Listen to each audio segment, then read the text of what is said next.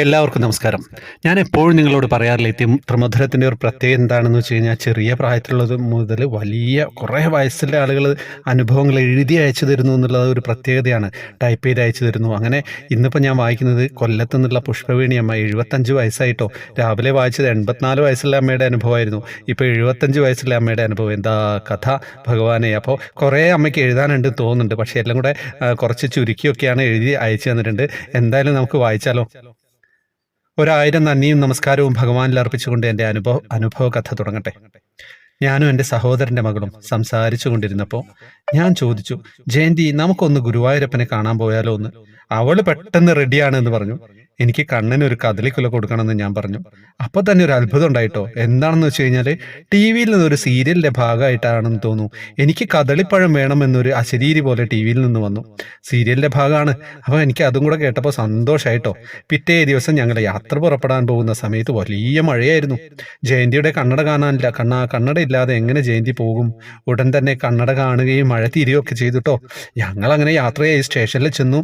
എളുപ്പം ടിക്കറ്റ് കിട്ടുകയും ചെയ്തു. നമുക്ക് വേഗം എസ്കലേറ്റർ കയറി പോകാമെന്ന് പറയുന്നതിന് മുമ്പ് തന്നെ ഞാൻ അതിൽ കയറി. ആദ്യമായിട്ടാണ് അതിൽ കയറുന്നത്. കയറിയതും ഞാൻ മലക്കം മറിഞ്ഞു. ഉടൻ തന്നെ പുറകിൽ നിന്നൊരു മോൻ എന്നെ വീഴാതെ വട്ടം ചുറ്റി പിടിച്ചു. അങ്ങനെ രക്ഷപ്പെട്ട് ട്രെയിനിൽ കയറി ഗുരുവായൂരിലെത്തി. അങ്ങനെ സ്റ്റേഷനിൽ ഒറ്റ ഓട്ടോ പോലും ഇല്ലായിരുന്നു കേട്ടോ. അങ്ങനെ ഞങ്ങൾ ആദ്യമായിട്ടാണ് ഇങ്ങനെ ഒരു യാത്ര പോകുന്നത്. അങ്ങനെ ഞങ്ങൾ ആകെ അവിടെ ഇങ്ങനെ ചുറ്റിത്തിരിഞ്ഞു. അപ്പോൾ ഒരു കാരണവർ ഞങ്ങളുടെ അടുക്ക് വന്ന് പറഞ്ഞു, പരിഭ്രമിക്കണ്ട കേട്ടോ, എൻ്റെ കൂടെ പോരൂ, എളുപ്പ വഴിയിൽ ഞാൻ കൊണ്ടുപോകാമെന്ന് പറഞ്ഞു. അതിനനുസരിച്ച് ഞങ്ങളും നടന്നു. കുശല പ്രശ്നത്തിനിടയിൽ ഞാൻ ചോദിച്ചു, സാറിൻ്റെ പേരെന്താന്നൊക്കെ. എൻ്റെ പേര് മുരളീധരൻ എന്നാണ്, ആനക്കോട്ടയിലെ റിട്ടയർഡ് ഡോക്ടറാണെന്ന് പറഞ്ഞു. നമുക്ക് കാപ്പി കുടിക്കാമെന്ന് പറഞ്ഞ് ഞങ്ങളെ ഇന്ത്യൻ കോഫി ഹൗസിൽ കൊണ്ടുപോയി പ്രഭാത ഭക്ഷണം കഴിപ്പിച്ചു. ഞങ്ങൾക്ക് കദളിക്കുല അദ്ദേഹം വാങ്ങിത്തരാമെന്ന് പറഞ്ഞു. ഒരു കടയിൽ കയറിയിട്ട് ഒരു ഹോൾസെയിൽ കടയിലാണ് കയറിയത്. പോയിട്ട് വലിയ കദളിക്കുല വാങ്ങി തന്നിട്ട് എനിക്ക് സമയമായി ഞാൻ പോവുകയാണെന്ന് പറഞ്ഞു. അദ്ദേഹം പോയി. പിന്നെ ഞാൻ കണ്ടിട്ടില്ല കേട്ടോ. കുല സമർപ്പിച്ചു. കണ്ണനെ തൊഴാൻ വേണ്ടി ക്യൂ നിൽക്കാൻ പോയി. അവസാനമില്ലാത്ത ക്യൂ, യാതൊരു നിവൃത്തിയുമില്ല. മണി 10 കൂട്ടത്തിൽ ദയവ് തോന്നിയ ഒരു കുടുംബം അവരുടെ കൂടെ കൂട്ടി നിർത്തിയിട്ടോ. അവർ 7 മണിക്ക് ക്യൂ നിൽക്കുന്നവരായിരുന്നു. മുന്നിൽ നിന്നവർ എൻ്റെ പരിചയമുള്ളവരും പിറകിൽ നിന്നവർ എൻ്റെ സ്വന്തക്കാരുമാണെന്ന് അപ്പോഴാണ് തിരിച്ചറിഞ്ഞത്. എൻ്റെ കണ്ണ, ഇനി എപ്പോഴാണ് ഒന്ന് തൊഴാൻ സാധിക്കുക?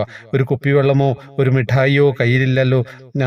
മണി 7 ഞങ്ങൾക്ക് തുറന്നു കിട്ടിയിട്ടോ. അങ്ങനെ ഞങ്ങൾ ധാരാളം മിഠായിയും വെള്ളവും ഒക്കെ നടയിലുള്ളവർ ഞങ്ങൾക്ക് തരുകയും ചെയ്തു. 2:30 നട അടയ്ക്കും.